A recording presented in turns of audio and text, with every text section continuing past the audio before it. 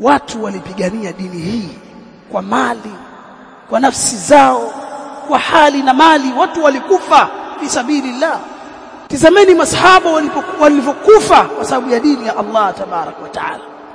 Mtume sallam anamtazama Mus'ab ibn Umair wakati ameuawa, sanda haimtoshi, ikipelekwa kwenye kichwa miguu iko wazi, ikirudishwa kichwani kichwa kiko wazi.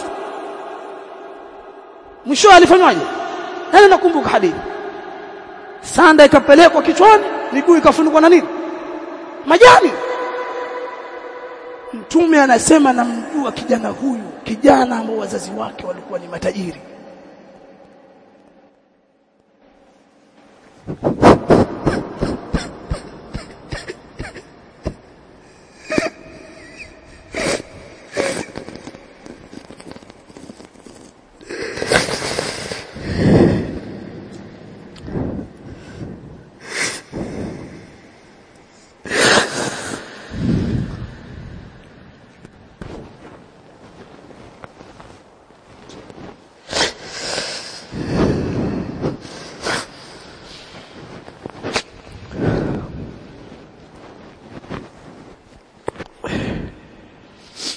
Mus'ab ibn Umair kusilimu kwake ilikuwa ni tatizo na wazazi wake, alifanya kutoroka na familia yake, lakini anakufa pamoja na mafuta yake yalikuwa yakitoka Yaman. Mafuta yale alikuwa akipita, yale mafuta yake yatoka Yaman, lakini anakufa sanda haimwenei kwa sababu ya dini, ameuawa kwa sababu ya dini.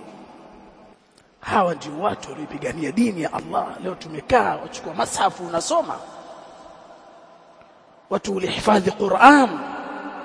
Hebu tazama hifadhi ya elimu wakati wa bwana Mtume sallallahu, hakuna kompyuta, hakuna hizi wasaili za kisasa. Watu wanahifadhi kichwani, watu wanaandika kwenye kuta, kwenye mifupa, kwenye mawe.